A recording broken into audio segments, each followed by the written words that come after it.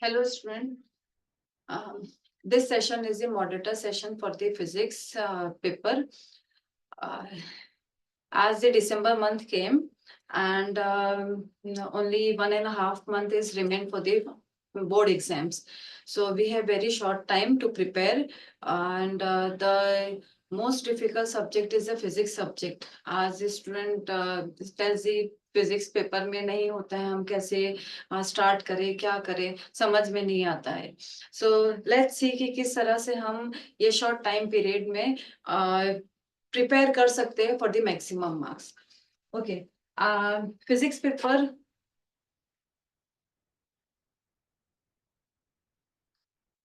as you know, physics paper is of 100 marks paper, and the 100 marks is divided into two part, that is a theory part and the practical part.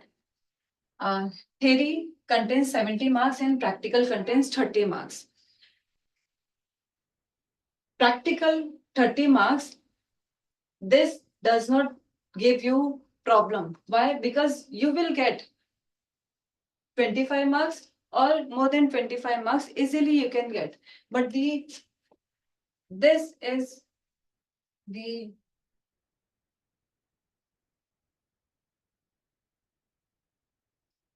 this is the issue, है ना? Theory part is very you feel very difficult, but it is not so difficult. Why? I will tell you how you can make the physics 70 marks का paper very easy.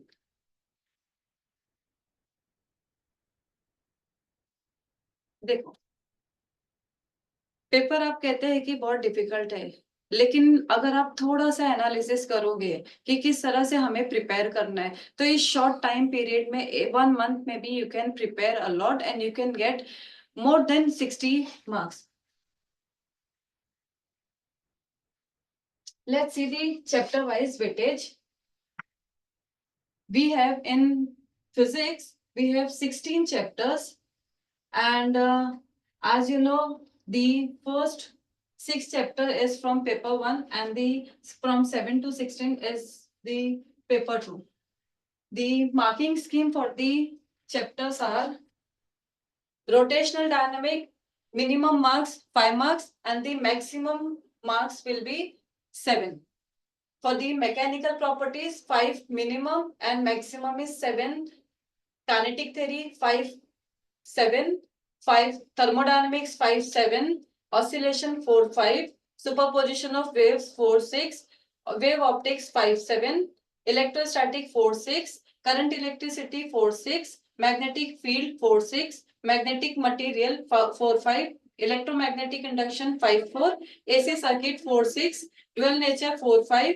Structure of atom 4, 6. And the semiconductor devices 4, 5. So the minimum marks you have to get, the 70 marks is the marks that you have to get out of the 98. See the options are the question number.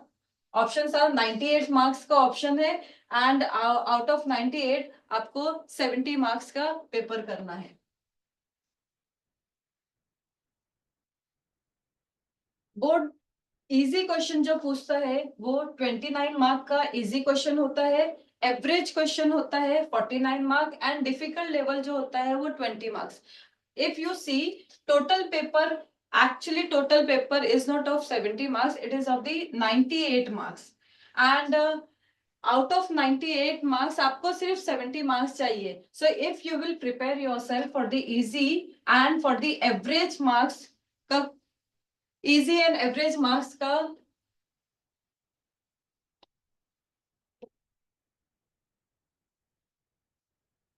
Easy and average marks का सारे topics अगर आप prepare करते हो, सी 29 and 49 is what you will gate, you will 78 mark. जबकि आपको कितना चाहिए, मैक्सिमम आपको 70 मार्क्स चाहिए. अगर आप इजी क्वेश्चन 29 का प्रिपेयर करते हो, 49 का एवरेज क्वेश्चन मार्क का प्रिपेयर करते हो, तो भी आप 70 मार्क का पेपर आउट ऑफ 98 मार्क के पेपर से you can attempt, and you need to get only 70. So it's very easy to get 70 marks.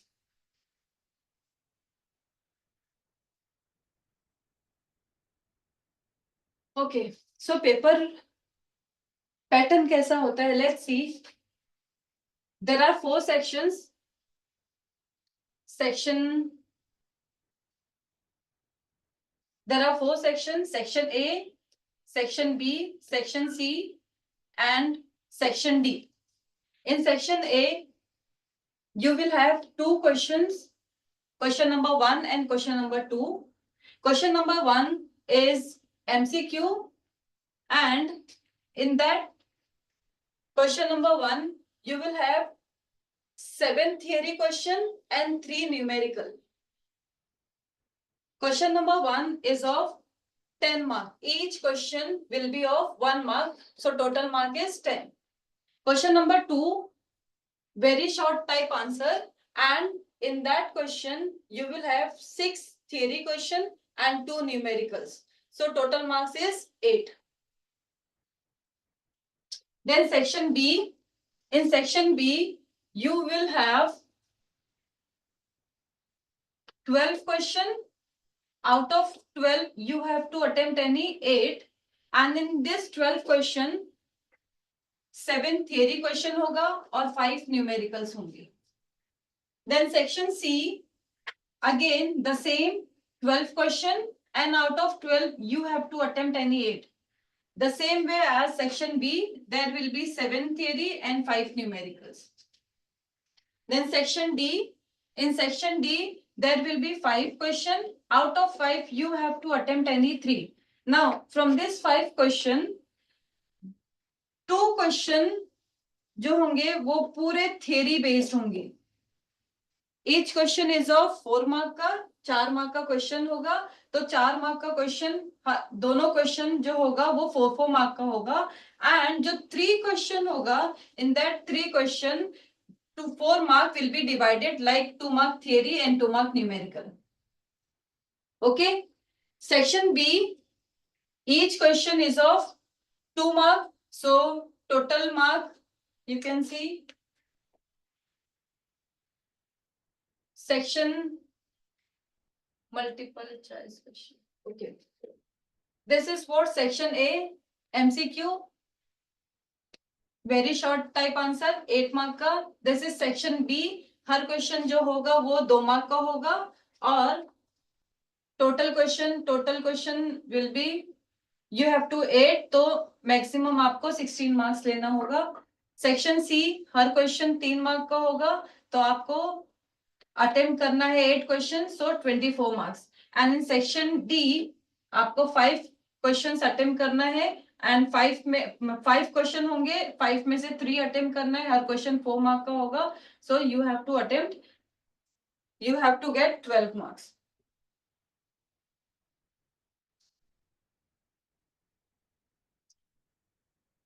Total question जो होते हैं वो 31 क्वेश्चन होते हैं. क्वेश्चन नंबर 1 से लेकर question number 31. Question number 1 and 2, question number 1 and 2, इस क्वेश्चन में कोई ऑप्शन नहीं होता है. सेक्शन ए में there is no option. All the questions are compulsory. Question number 1 and 2.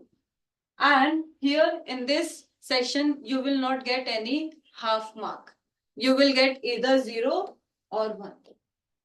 Okay, so no option and no half mark scheme. You will get either 0 or 1. In section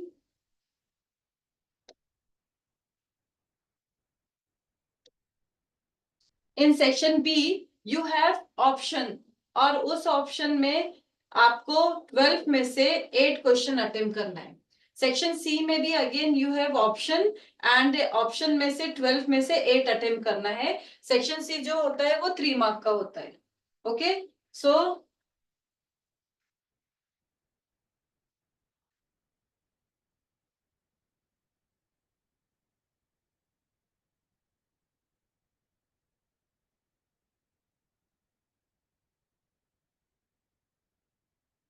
let's discuss the paper. देखो, अभी prepare करना है आपको कि कैसे prepare करें. आपके पास 2 option है. 2 ऑप्शन इन द सेंस कि आपके पास 2 अप्रोच है. either you either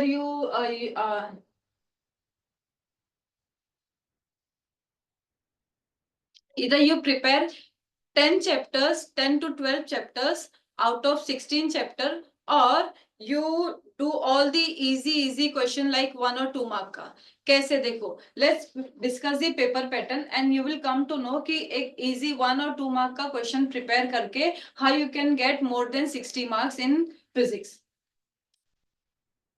चलो सीधा सेक्शन ए. सेक्शन ए में एमसीक्यू है. MCQ, you people can attempt MCQ easily. How?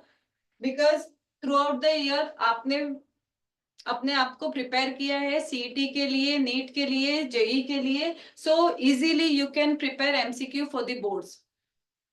Then very short answer type question number 2. Question number 2 1 mark का question होता है जिसमें आपको स्ट्रेट फॉरवर्ड आंसर देना होता है. Like this is a paper for the PAP 2024. In 24, see question number 2. Question number 2, first question, define centripetal force. Very easy, 1 mark ka. You can just write the what is a centripetal force definition. Then see the type of the question. It's all the straightforward question.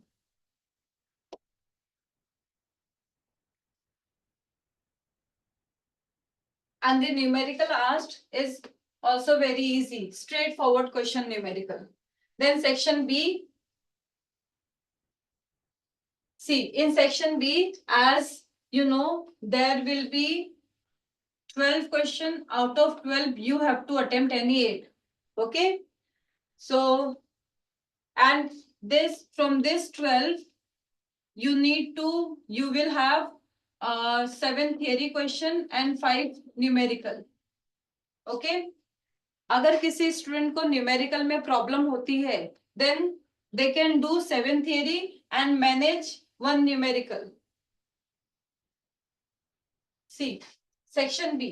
अभी यहाँ पे question arise होता है कि question कैसे पूछे जाते हैं. How the question asked.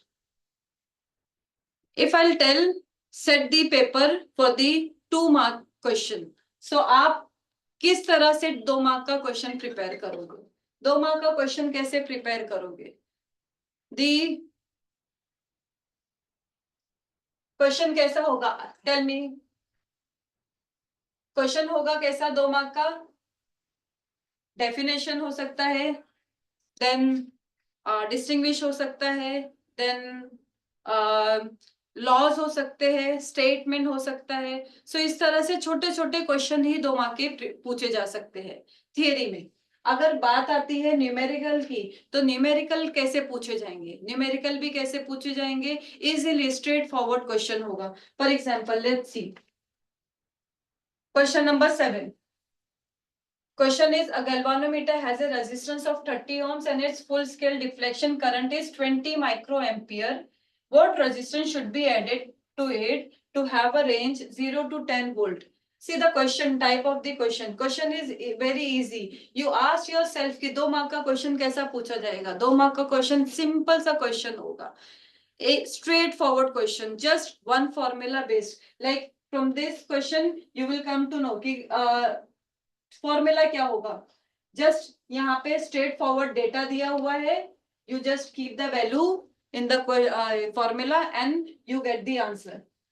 C for this the data is what you have given the 30 ohm का रेजिस्टेंस गैल्वानोमीटर, 20 ओम का current through the galvanometer, IG दिया हुआ है, आपको G दिया हुआ है और आपको क्या दिया हुआ है? V दिया हुआ है. You need to find what the resistance, कितना रेजिस्टेंस ऐड करना होगा to convert this galvanometer into what? Voltmeter. That's it. So it's a very easy question. Just you write down the formula and keep the value and get the answer. Okay? See the theory type question. Explain the change in internal energy of the thermodynamic system.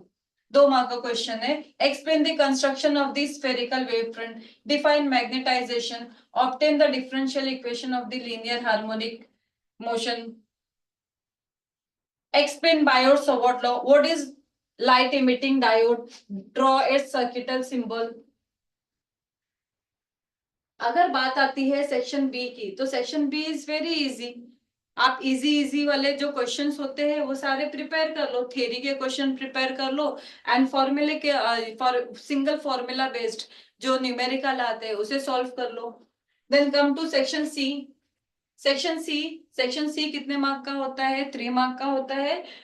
और again the same way जैसा section B में होता है. Section B में 12 question होते हैं and 8 attempt करना है. सेम सेक्शन सी में भी आपको वही करना है.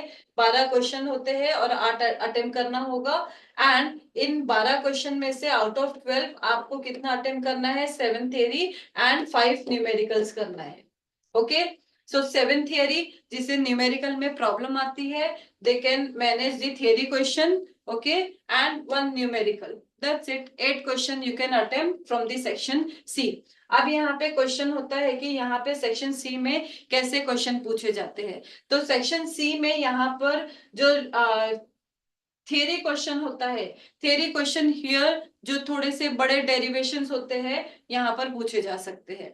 न्यूमेरिकल जो होता है, न्यूमेरिकल भी कैसा होगा? इधर वन फॉर्मूला बेस्ड होगा तो आपको थोड़ा सा सॉल्व करना होगा.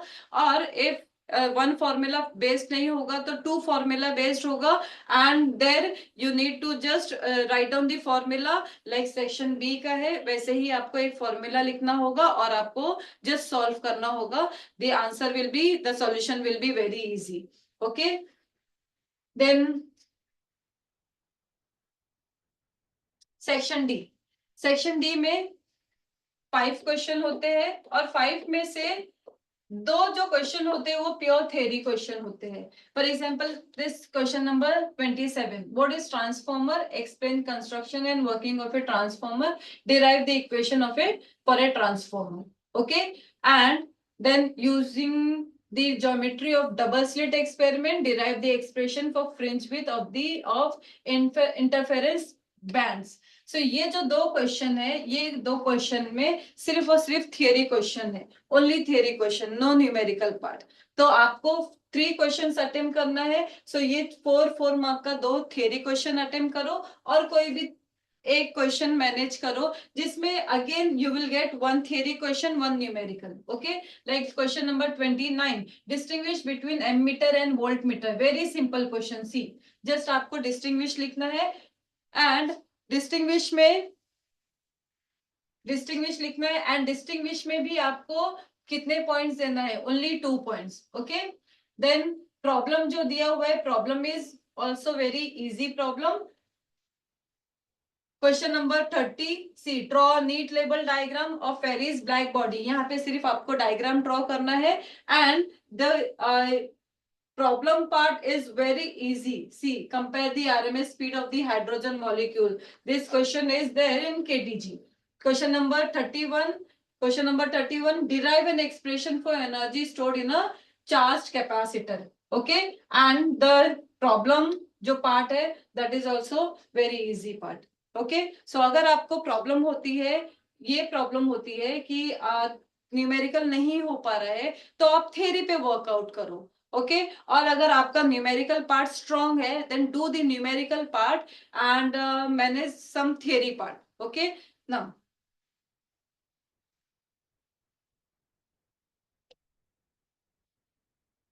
सी, अब यहाँ पे ये होता है कि ये क्वेश्चंस आते कहाँ से है. ये क्वेश्चंस जो टेक्स्ट बुक के बीच में से आते हैं, टेक्स्ट बुक के बैक पीछे जो क्वेश्चंस दिए गए वहां से आते हैं. क्वेश्चन आते कहाँ से है? सो सी स्टूडेंट्स, क्वेश्चन जो होते हैं वो जो पेपर डिजाइन करता है, पूरा का पूरा पेपर आपका टेक्स्ट बुक का ही होता है. Not a single word out of the text book. सारा का सारा जो पेपर होता है, आप टेक्स्ट बुक उठाओ, टेक्स्ट बुक में से ही पूरा होता है. Let's C for the question number 2 का, सॉरी, सेक्शन बी का पार्ट. देखो यहाँ पर अभी थियरी क्वेश्चन होता है और न्यूमेरिकल होता है. अगर मैं बोलूँ तो न्यूमेरिकल पार्ट जो होता है वो पूरा का पूरा टेक्स्ट बुक का होता है. एक सिंगल क्वेश्चन भी आउट ऑफ टेक्स्ट बुक जो आपका सिलेबस है उससे बाहर नहीं आता है। अगर आप थोड़ा सा टेक्स्ट बुक उठाओ और थोड़ा सा आप ये क्वेश्चन चेक करो, सो you will get the same question in your text book. The same question आप अगर आप देखोगे तो सेम क्वेश्चन आपके टेक्स्ट बुक में मिलेगा। या तो वो क्वेश्चन सॉल्व एग्जाम्पल का होगा या तो वो क्वेश्चन अनसॉल्व का होगा। दोनों में से ये हो सकता है कि थोड़ा सा नंबर चेंज करके दे, but maximum time board as it is question देता है। सो अगर आप वर्क करोगे न्यूमेरिकल पार्ट पे तो it's very easy to get the marks. Because जो न्यूमेरिकल होता है, जो प्रॉब्लम होता है वो ऐसे ही होता है। एंड प्रॉब्लम यहाँ पर दो टाइप के प्रॉब्लम्स होते हैं, एक न्यूमेरिकल ओनली न्यूमेरिकल होता है और एक थियरी टाइप का प्रॉब्लम होता है। सो यहाँ पे जो न्यूमेरिकल पार्ट पूछा जाता है, 5 न्यूमेरिकल्स होते हैं सेक्शन बी में, 5 न्यूमेरिकल सेक्शन सी में होते हैं, 3 न्यूमेरिकल सेक्शन डी में होते हैं। ये न्यूमेरिकल होते हैं, लाइक नंबर वाले जो प्रॉब्लम होते हैं वो थियरी टाइप में के प्रॉब्लम नहीं होते हैं। सो अगर आपको न्यूमेरिकल पार्ट प्रिपेयर करना है तो हर चैप्टर का जो सॉल्व एग्जाम्पल और अनसॉल्व एग्जाम्पल है उसमें से आप जो न्यूमेरिकल पार्ट्स है उसी को ही प्रिपेयर करो। जो थियरी पार्ट के जो प्रॉब्लम है, if you will not prepare will do, क्यों? क्योंकि बोर्ड्स वैसे क्वेश्चन नहीं पूछता है। बोर्ड बोर्ड बहुत इजी क्वेश्चन पूछता है एंड न्यूमेरिकल जो होते हैं वो समटाइम्स तो ऐसे ही दे दिए जाते हैं। अगर आप प्रिफर करोगे पेपर कहाँ से 21, बिकॉज आपका जो सिलेबस है वो 2021 से आपका टेक्स्ट बुक चेंज हुआ है, रिवाइज सिलेबस है। So one more thing, PY cues अगर आप सॉल्व कर रहे हो तो पीवाई क्यूज आप 2024 2021 से 2024 के पेपर सॉल्व करो। बिकॉज बिफोर 2021 टेक्स्ट बुक जो थी वो सिलेबस जो था वो अलग सिलेबस था। आप कंफ्यूज हो जाओगे कि ये क्वेश्चन हमारी टेक्स्ट बुक में है नहीं, क्यों? क्योंकि आपका सिलेबस चेंज हुआ है। So please refer PY cues, अगर आपको रिफर करना है तो please refer from 2024 21 to 2024। Okay, सो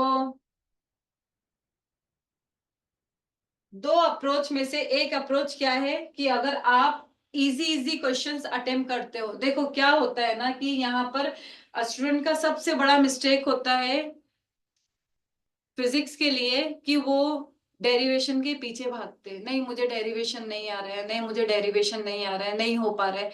तो डेरिवेशन इतना करने की जरूरत भी नहीं है आपको।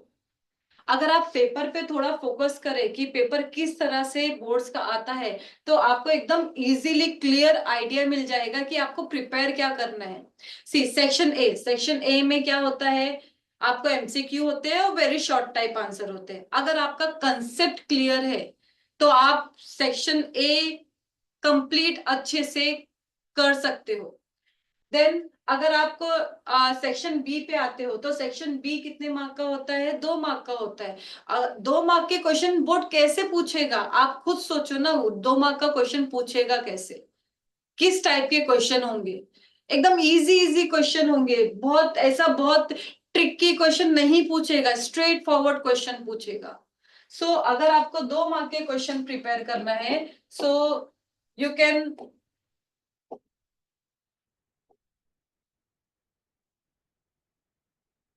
You can prepare laws,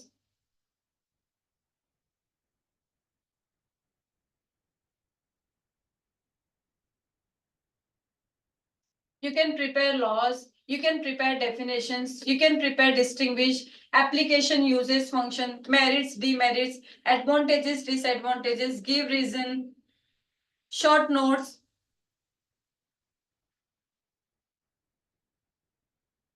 diagrams. Okay, so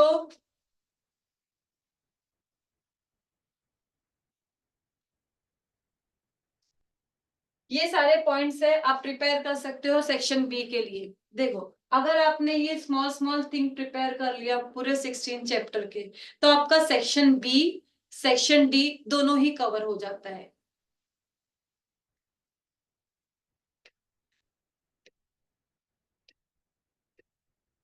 section B 2 mark का होगा, ठीक है। सेक्शन डी भी कितने मार्क का है? 2 मार्क का है ना। यहाँ पर ये 3 क्वेश्चन, आपको 3 क्वेश्चन करना है।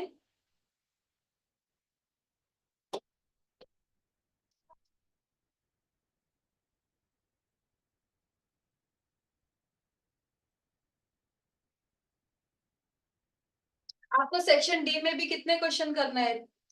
5 में से आपको 3 क्वेश्चन अटेम्प्ट करने हैं। कितने करने हैं? 3। ये 3 में से एक 2 मार्क का जो होगा वो थ्योरी होगा, 2 मार्क का क्या होगा? न्यूमेरिकल होगा। देन 2 मार्क का थ्योरी होगा, 2 मार्क का क्या होगा? न्यूमेरिकल। 2 मार्क का थ्योरी, 2 मार्क का न्यूमेरिकल। तो आपको 5 में से कितने अटेम्प्ट करना है? 3 अटेम्प्ट करना है। 5 में से 3 अटेम्प्ट करना है। ये 3 में से अगर ये क्वेश्चंस आप अटेम्प्ट करते हो तो सी, अगर आपने डेफिनेशंस वगैरह प्रिपेयर किया होगा, स्मॉल स्मॉल सारी थिंग्स प्रिपेयर की होगी, सो आप ये 3 क्वेश्चंस आराम से प्रिपेयर कर सकते हो। डिस्टिंग्विश प्रिपेयर किया होगा तो यहाँ पर अगर डिस्टिंग्विश आ जाता है so you can attempt distinguish. Definition आ जाता है तो डेफिनेशन कर सकते हो। अगर एक छोटा सा डेरिवेशन 2 मार्क का अगर डेरिवेशन हो तो 2 मार्क का डेरिवेशन कैसा पूछेगा? एक स्मॉल सा डेरिवेशन पूछेगा। सो अगर डेरिवेशन भी आता है so you can easily attempt the derivation. और जो न्यूमेरिकल पार्ट होता है वो भी कैसा होता है? 2 मार्क का न्यूमेरिकल पार्ट कैसा होगा? एक जस्ट फॉर्मूला बेस्ड क्वेश्चन होगा। सो यहाँ पर अगर आप 2 मार्क के क्वेश्चन प्रिपेयर करते हो तो you can prepare section B, you can prepare section D. मतलब सेक्शन बी कितने मार्क का है? 16 मार्क का है। सेक्शन डी कितने मार्क का है? 12 मार्क का है। सो टोटल आप 28 मार्क यहाँ पर 2 मार्क प्रिपेयर करके आप ले सकते हो। प्लस सेक्शन ए का जो 18 मार्क है 1 मार्क का, वो इजीली ले सकते हो। So by preparing only small small thing, 2 mark का, 1 मार्क का क्वेश्चन, आप आराम से 46 मार्क ले सकते हो। Not only 46, if you will come to section C, अगर आप सेक्शन सी देखते हो तो सेक्शन सी के भी क्वेश्चंस आप सारे पेपर उठाइए, आप सारे पेपर में देखिए सेक्शन सी के जो थियरी क्वेश्चन होते हैं वो कैसे होते हैं। फॉर एग्जांपल इन दिस 2024 के पेपर में क्वेश्चन नंबर 16 है, define photo electric effect and explain the experimental setup of photo electric effect. आपको करना क्या है? डिफाइन करना है। अगर आपने 2 मार्क का क्वेश्चन प्रिपेयर किया होगा तो सेक्शन सी का ये 1 मार्क जो 3 मार्क का क्वेश्चन है, ये 3 में से 1 मार्क आप यहाँ से ले सकते हो by writing definition of the photo electric effect. Then question number 17 again, define current gain alpha DC and beta DC for a transistor. अगर डेफिनेशन आपने प्रिपेयर किया होगा तो आप ये डेफिनेशन लिख सकते हो, अगेन आपको 1 मार्क मिल जाएगा। Then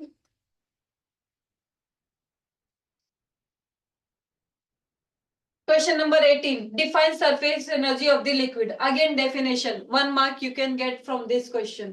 What is an isothermal process? What is an isothermal process? It is nothing but the definition. अब definition आपने याद किया होगा तो आप आराम से लिख सकते हो। देन यहाँ पर ये क्वेश्चन है क्वेश्चन नंबर 20 जिसमें डेफिनेशन नहीं पूछा है, बट मोस्ट ऑफ क्वेश्चन में अगर आप सेक्शन सी में भी देखोगे तो स्टार्टिंग में जो होता है वो डेफिनेशन या व्हाट इज करके ऐसा क्वेश्चन पूछता है। मेरे कहने का मतलब है कि अगर आपने 1 मार्क के क्वेश्चन और 2 मार्क के क्वेश्चन प्रिपेयर कर लिया तो आप मैक्सिमम क्वेश्चंस अटेम्प्ट कर सकते हो। 46 तो ऐसे ही आपको मिल सकता है क्योंकि सेक्शन ए बी एंड सी आप इजीली अटेम्प्ट कर लोगे। प्रॉब्लम सिर्फ आपको आएगी सेक्शन सी में, वो भी सेक्शन सी में अगर आपने न्यूमेरिकल पार्ट किया होगा तो 5 न्यूमेरिकल आप इजीली कर सकते हो और बचे हुए 3 थ्योरी क्वेश्चंस को आप मैनेज करना पड़ेगा। देखो अगर आप आपका न्यूमेरिकल पार्ट स्ट्रॉन्ग है सो आई विल सजेस्ट कि न्यूमेरिकल पे ज्यादा फोकस करो, बिकॉज न्यूमेरिकल में आप इजीली आराम से आप मार्क्स निकाल सकते हो। नंबर 1 कैसे? नंबर 1 आपको न्यूमेरिकल जो होते हैं वो टेक्स्ट बुक के होते हैं, टेक्स्ट बुक से के अलावा न्यूमेरिकल नहीं पूछे जाते हैं। अगर पूछा तो क्या होगा, थोड़ा सा नंबर्स चेंज करके पूछेगा but the type of the question will be same as given in the textbook, either in solved example in unsolved example। आप जो न्यूमेरिकल, बहुत न्यूमेरिकल एक्स्ट्रा करते हो, एक्स्ट्रा भी करने की जरूरत नहीं है बोर्ड्स के लिए। दैट बोर्ड का टेक्स्ट बुक का जो न्यूमेरिकल है that is more than enough. Solve example and unsolved example, और वो भी न्यूमेरिकल प्रिपेयर भी कौन से करने हैं, बहुत ज्यादा ट्रिकी वाले न्यूमेरिकल नहीं पूछे जाते हैं। बोर्ड्स ऐसे न्यूमेरिकल पूछता है जो स्ट्रेट फॉरवर्ड होता है। आप डेटा डायरेक्ट लिखोगे एंड डायरेक्ट आपको फॉर्मूला अप्लाई करना होगा, डायरेक्ट आपको वैल्यू सब्स्टिट्यूट करके सॉल्व करके आपको आंसर निकालना होगा। ठीक है। So here by preparing a small small thing like laws हो गया, definition हो गया, statement हो गया, and then distinguish हो गया, you can get the marks easily। जो बड़े बड़े डेरिवेशन स्टूडेंट्स को प्रॉब्लम बहुत आती है कि डेरिवेशन में बहुत प्रॉब्लम हो रही है, नहीं हो रहा है, डेरिवेशन नहीं आ रहा है। सो डेरिवेशन करने की जरूरत भी नहीं है आपको। आप पूरे 16 चैप्टर लो, 16 चैप्टर के हर चैप्टर का डेफिनेशन निकालो, डिस्टिंग्विश निकालो, लॉज निकालो, अगर उस चैप्टर में एप्लीकेशंस है, यूजेस है, वो सारे सब प्रिपेयर कर लो। It's very easy to prepare. देखो डेफिनेशन याद करने के क्या क्या मतलब बेनिफिट है। नंबर वन, डेफिनेशन अगर डायरेक्ट पूछा तो आप डिफाइन लिख सकते हो, ठीक है। वो 2 मार्क का क्वेश्चन पूछा, you can right down the definition. लेकिन जब 3 मार्क के जो न्यूमेरिकल्स पूछे जाते हैं या 4 मार्क का जो थियरी क्वेश्चन होता है, उसमें भी पहला जो क्वेश्चन होता है मोस्ट ऑफ टाइम वो डेफिनेशन का ही होता है। Let's C, define surface energy of the liquid, ये पहला डेफिनेशन है। उसके बाद आपको क्या करना है, obtain the relation between surface energy and surface tension. तो अगर आपने डेफिनेशन याद किया होगा तो वो डेफिनेशन का बेनिफिट आपको ये सेक्शन सी में भी मिलता है। एंड डेफिनेशन याद करने का और बेनिफिट कहाँ पे मिलता है, सेक्शन ए में, जहां पे आपको एमसीक्यू पूछे जाते हैं। एमसीक्यू में अगर आपने डेफिनेशन याद किया होगा तो ऑब्वियसली आपने फॉर्मूला भी याद किया होगा। फॉर्मूला याद किया है तो आपने यूनिट, फॉर्मूला याद हो जाता है तो उस फॉर्मूले के बेस पे आप यूनिट भी निकाल सकते हो, आप डायमेंशन भी निकाल सकते हो। तो सेक्शन ए में जो क्वेश्चन पूछे जाते हैं एमसीक्यू, 10 एमसीक्यू, उसमें 7 थियरी होता है, 3 न्यूमेरिकल होता है। वो 7 थियरी क्वेश्चन होते कैसे हैं, वो 7 थियरी क्वेश्चन डेफिनेशन बेस्ड होते हैं, कंसेप्ट बेस्ड होते हैं, यूनिट बेस्ड होते हैं, फॉर्मूला बेस्ड होते हैं, एंड देन कुछ ऐसा रिलेशन रहता है उसके बेस्ड पे होते हैं। तो जो अगर आपका कंसेप्ट एंड थियरी क्लियर है, आप इजीली सेक्शन ए क्लियर आराम से कर सकते हो। देन जो न्यूमेरिकल पार्ट होता है वो भी स्ट्रेट फॉरवर्ड होता है, उसमें ज्यादा कुछ ऐसा सॉल्व करने का भी नहीं रहता है, आप आराम से कर सकते हो। देन क्वेश्चन नंबर जो 2 होता है, वेरी शॉर्ट टाइप आंसर, वहां पर भी आपको जो 1 1 मार्क के होंगे, यू जस्ट थिंक ना 1 मार्क का क्वेश्चन पूछेगा कैसे, 1 मार्क का क्वेश्चन कितना डिफिकल्ट होगा, क्या पूछेगा, ज्यादा से ज्यादा क्या पूछेगा, एक डेफिनेशन ही पूछ लेगा ना, एक जस्ट फॉर्मूला ही पूछ लेगा, क्या पूछेगा। ओके, सो यू जस्ट, आपको आप प्रिपेयर करना है अपने आप को, तो आप पेपर देखो और हर सेक्शन का जो जितने मार्क का वो क्वेश्चन है वो क्वेश्चन देखो और खुद से क्वेश्चन पूछो कि ये 1 मार्क के क्वेश्चन में क्वेश्चन कैसा आएगा। सो आपको खुद ब खुद क्लियर ये आइडिया आ जाएगा कि मुझे प्रिपेयर क्या करना है, कैसे प्रिपेयर करना है। ओके, सो डेफिनेशन याद करने का बहुत बेनिफिट है, बहुत फायदा है कि आप in fact in every section आप आराम से कुछ ना कुछ मार्क्स निकाल सकते हो। ओके, तो ये हो गया एक अप्रोच जो कि आप स्मॉल स्मॉल थिंग करके आप इजीली मैक्सिमम मार्क्स निकाल सकते हैं। आउट ऑफ 70 60 तक आप आराम से निकाल लोगे। ओके, देन सेकेंड अप्रोच है चैप्टर वाइज।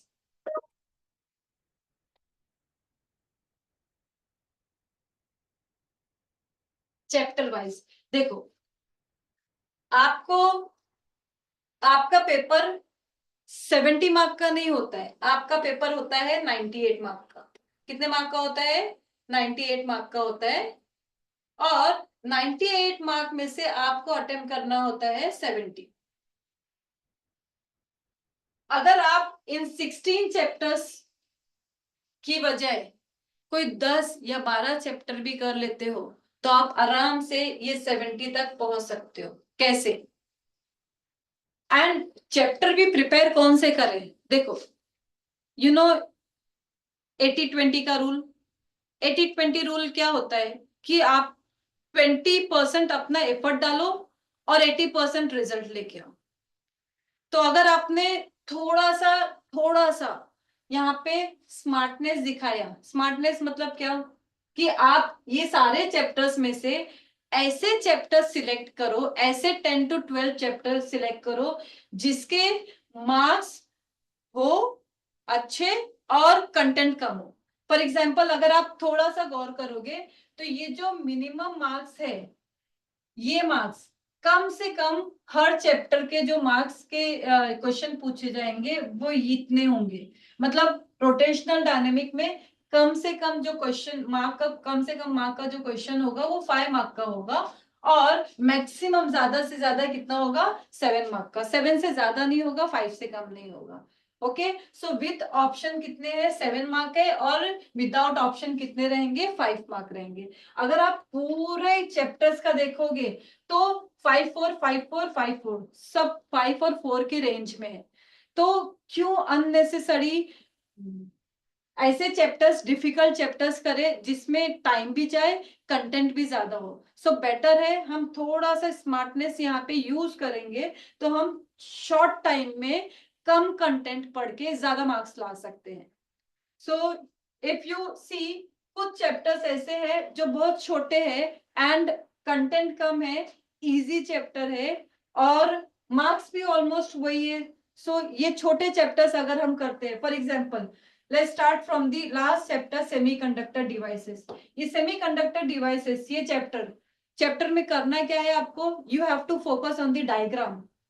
सिर्फ डायग्राम पे फोकस करो, डायग्राम अच्छे से प्रिपेयर करो और डायग्राम के ही बेसिस पे आपको एक्सप्लेनेशन करना है। यहाँ कोई डेरिवेशन नहीं है, कुछ भी नहीं है। तो बहुत सिंपल सा चैप्टर है, सिर्फ डायग्राम का प्रैक्टिस करो। सारे डायग्राम, पूरे चैप्टर के डायग्राम अच्छे से आने चाहिए। और लॉजिक गेट का जो टॉपिक है वो पूछने के ज्यादा चांसेस है, because that is very important and it's very एकदम सिंपल सा। आप जस्ट 5 मिनट में वो टॉपिक को प्रिपेयर कर सकते हो। सो सेमीकंडक्टर डिवाइस एक ऐसा चैप्टर है जिसमें सिर्फ और सिर्फ आपको डायग्राम पे फोकस करना है। आपको ज्यादा डेरिवेशन नहीं है, कुछ भी नहीं है। न्यूमेरिकल जो है, एक 3 न्यूमेरिकल्स है गिवन लास्ट में, वो एकदम सिंपल न्यूमेरिकल है। जस्ट मतलब एक I equal to I C plus I B, बस ये फॉर्मूला रख के आपको फाइंड करना है। It's very very very easy chapter और कंटेंट भी ज्यादा नहीं है और मार्क्स भी कितना है, 4 to 5 marks.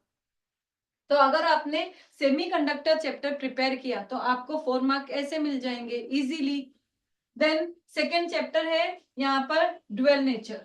Dual nature content भी कम है, बिकॉज ये पूरा चैप्टर एक ही कंसेप्ट के बेस्ड पे है, photo electric effect, that's it. Photo electric एक इक्वेशन आपको याद करना है और इसी का ही कंसेप्ट पढ़ते हुए पूरा चैप्टर कंप्लीट करना है। So chapter is very simple chapter, content कम है, मार्क्स भी 4 to 5 मार्क है। अगर आपने ये दो चैप्टर प्रिपेयर किया, semi conductor and dual nature, तो ये 5 मार्क और ये 5 मार्क, 10 मार्क आपको मिल जाएंगे। अगर कोई स्टूडेंट ऐसा है जिसको बहुत डर है कि नहीं फिजिक्स में मैं पास भी होना मेरे लिए बहुत डिफिकल्ट है, तो 30 मार्क्स जो आपका प्रैक्टिकल है आप वहां पे वर्कआउट करो। ये इंटरनल होता है, आप थोड़ा सा वर्कआउट करोगे तो आप आराम से 30 मार्क्स निकाल सकते हो। आपको पास होने के लिए you need to have only 5 marks now. अगर 30 मार्क्स प्रैक्टिकल में मिलते, नहीं 30 मिलते तो भी minimum you can get 25 marks. थोड़ा सा आप करोगे तो 25 मार्क्स मिल जाते हैं। तो 25 मार्क्स वहां से, और ये 2 चैप्टर करने से 10 मार्क्स, तो 35 मार्क्स आपको फिजिक्स में मिल जाएंगे और फेल होने का सवाल ही नहीं है। फिजिक्स में फेल होना, आई शुड से कि पॉसिबल ही नहीं है। आप मतलब कुछ भी करके फेल हो ही नहीं सकते हो। क्यों? क्योंकि आपको 25 to 30 मार्क्स प्रैक्टिकल में मिल जाते हैं एंड सिर्फ 2 चैप्टर यहाँ से कर लिया, छोटे छोटे चैप्टर कर लिया, तो आपको 10 मार्क्स मिल जाएंगे। एक और चैप्टर कर लो मैग्नेटिक मटेरियल, अगर आपको थोड़ा सा और डाउट है, एक 5 मार्क का और कर लो मैग्नेटिक मटेरियल, एकदम सिंपल सा है। स्टार्टिंग के सिर्फ 3 डेरिवेशन है और बाकी के वो डेरिवेशन भी छोटे छोटे से डेरिवेशन है एंड जो सेकेंड पार्ट है वो तो पूरा थियरी पार्ट है।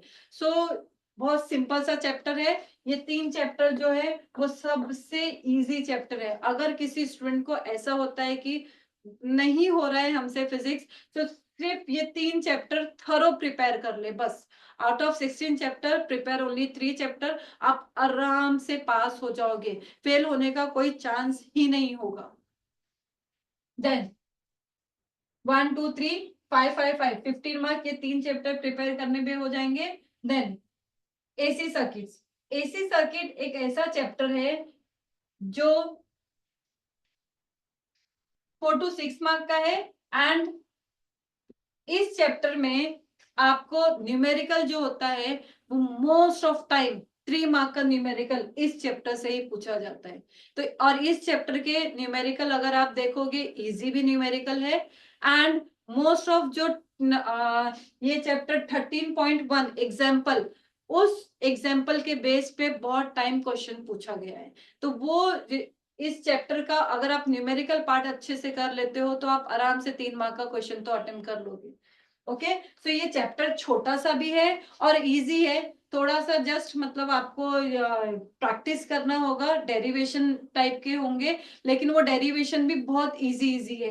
तो 16 chapter number 16 semiconductor, then dual nature, AC circuit, magnetic material, current electricity. Current electricity तो आपको प्रिपेयर करना है, क्योंकि ये चैप्टर प्रिपेयर करोगे तो आप प्रैक्टिकल में आपका अच्छा होगा। ये चैप्टर प्रिपेयर करने का 2 बेनिफिट है, आपका प्रैक्टिकल पार्ट भी हो जाएगा, आपका थ्योरी पार्ट भी हो जाएगा। और इस चैप्टर में मैक्सिमम जो है वो है आपके circuit diagram, circuit diagram draw करके ही जो प्रैक्टिकल का प्रोसीजर है वही प्रोसीजर लिख के आपको फाइनल जो फॉर्मूला लाना होता है वो आपको लिखना होगा। So the chapter is very easy, current electricity. Then oscillation chapter, oscillation chapter बहुत सिंपल सा है, पूरा मैथमेटिक्स है। जिनको मैथमेटिक्स में प्रॉब्लम आती है घबराओ मत, इतना डिफिकल्ट नहीं है, you need to just practice for 2 to 3 times. Chapter बहुत सिंपल सा है, इजीली आप आराम से कर सकते हो oscillation chapter. Then thermodynamics, thermodynamics chapter जो है वो चैप्टर पूरा केमिस्ट्री का पार्ट है as you know, and it's a simplest chapter, थोड़ा लेंदी चैप्टर है बट आप रीड करोगे तो चैप्टर बहुत इजी है। एंड इट्स माय सजेशन कि थर्मोडायनेमिक्स चैप्टर रीड करके ही आप पढ़ो, उसके क्वेश्चन आंसर ऐसा मत करो, आप चैप्टर को पूरा एक स्टोरी की तरह पूरा रीड करो, chapter is very easy. Then KTG, kinetic theory of gases, again the chapter is very simple, जो रेडिएशन का पार्ट है उसमें तो सिर्फ डेफिनेशंस है और कुछ है ही नहीं। जो फर्स्ट पार्ट है उसमें एक डेरिवेशन प्रेशर का है जो कि बहुत थोड़ा सा बड़ा डेरिवेशन है, बट ये 2024 में पूछा है ये डेरिवेशन, तो इस बार आने के चांसेस बहुत रेयर है, बट है डेरिवेशन, एक ही वो डेरिवेशन है, बाकी जो पार्ट है बाकी सब इजी पार्ट है। सो केटीजी आप आराम से प्रिपेयर कर सकते हो। कितने चैप्टर हो गए, 1 2 3 4 5 6 7 8। Okay, then superposition of waves, superposition of waves में जो स्टेशनरी वेव का पार्ट है that is very important part, वो पार्ट और बहुत सिंपल सा है, इजी है, डेरिवेशंस भी बहुत इजी है, उसके जो डायग्राम्स है open at both the end, close eight one and, ये जो डेरिवेशन है that is very important derivation, वो 3 to 4 मार्क का डेरिवेशन है। सो और इजी भी है, so you can prepare superposition of waves.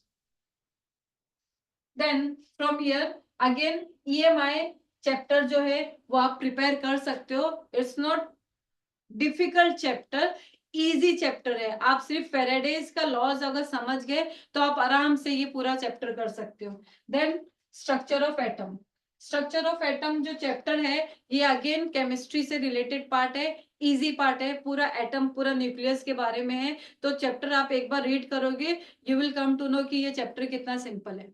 इस चैप्टर से जो बोर का पार्ट है वो बोर का पार्ट वेरी इंपॉर्टेंट पार्ट है, वो आपको अच्छे से करना होगा, एंड हाफ लाइफ पीरियड का पार्ट, ये जो 2 पार्ट है इस चैप्टर का लाइक इम्पोर्टेंट पार्ट है।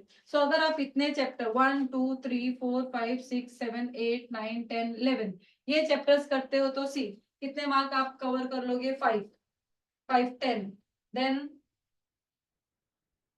5 and then this 6 and 11 16, then 16 22, then 22 and 29, 29 and 5, 34, 34 and 6, 40, 40 and 6, 46, 46 and 5, 51, 51 and then 7, 58, then 58 and 7, 65, and then okay 65. So 65 marks आप आराम से निकाल सकते हो। कितने? सिर्फ 10 to 11 चैप्टर्स करके। अगर एक और चैप्टर कर लोगे 7 मार्क का, like rotational dynamic, the chapter is also थोड़ा सा इजी, लेंथी चैप्टर है बट इजी चैप्टर है, तो आप आराम से यहाँ पे 70 मार्क्स निकाल सकते हो। सो व्हाट आई सजेस्ट, या तो आप चैप्टर वाइज जाओ कि इतने 16 में से मुझे 10 to 12 चैप्टर्स करने हैं, या तो आप 1 और 2 मार्क के क्वेश्चन अटेम्प्ट करो। सारे 16 चैप्टर्स में से 1 या 2 मार्क के जो क्वेश्चंस होते हैं वो सारे अटेम्प्ट कर लो, या तो आप चैप्टर वाइज जाओगे तो 10 to 12 चैप्टर करो। But my suggestion is what, अगर आप चैप्टर वाइज जाते हो 10 to 12 चैप्टर्स करते हो, तो जो चैप्टर आप लोगे वो चैप्टर कंप्लीट करोगे।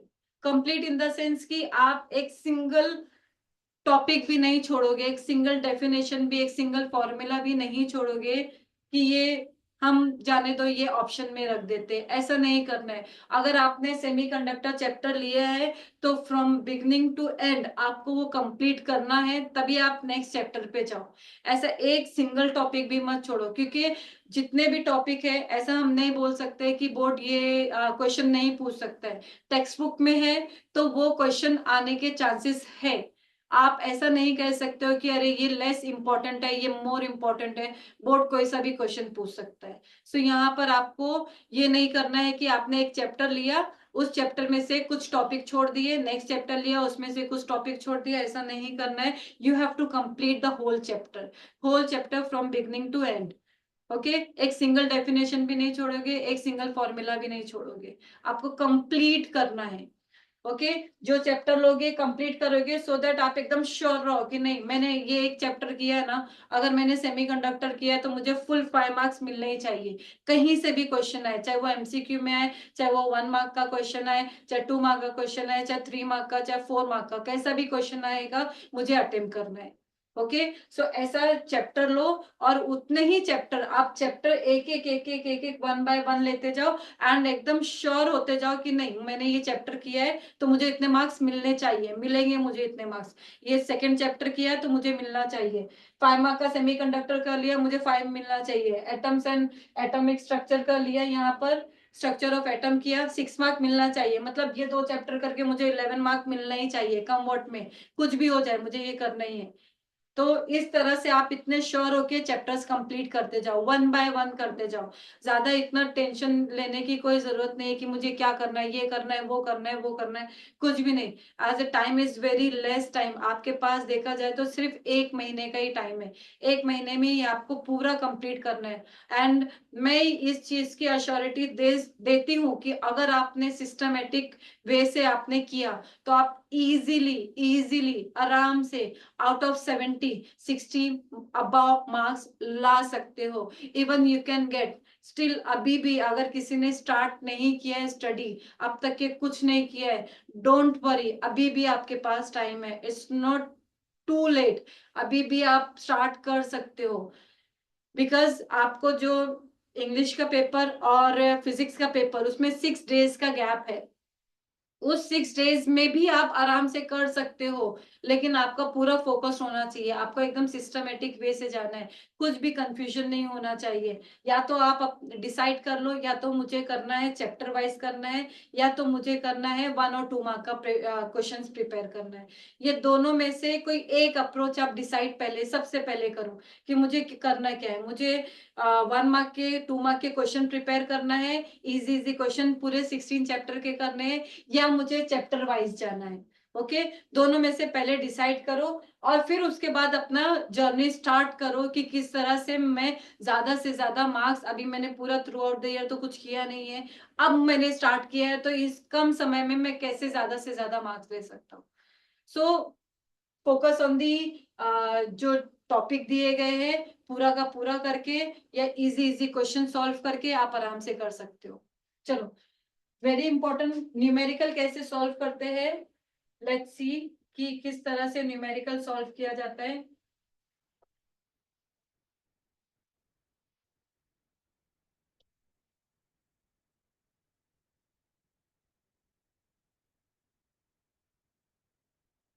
ओके, थोड़े यहाँ पर पॉइंट्स है जो आपको ध्यान देना होगा।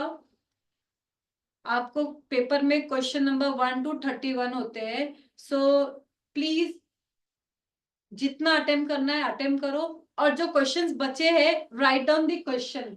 लाइक थोड़ा सा वियर्ड ऐसा लगता है, लेकिन पूरे 31 क्वेश्चन आप अपने आंसर शीट में लिखो। लाइक क्वेश्चन नंबर 1 आपने अटेम्प्ट किया,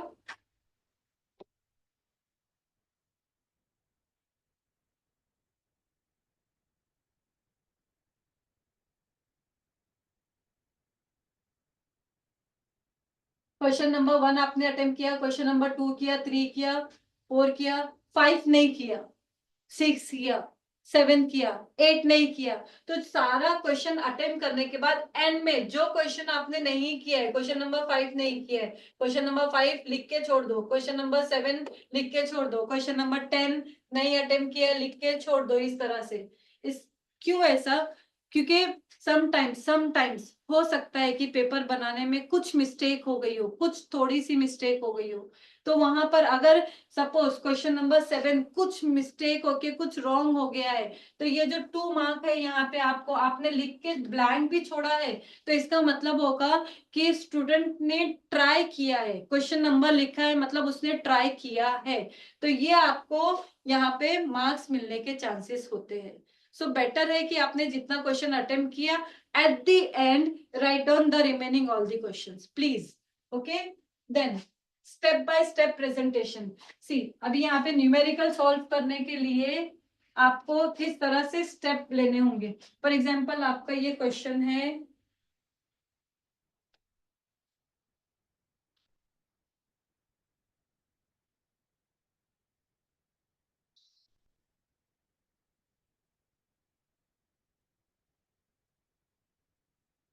सेक्शन सी का, I take this question, question number 15। Okay, question number 15 में,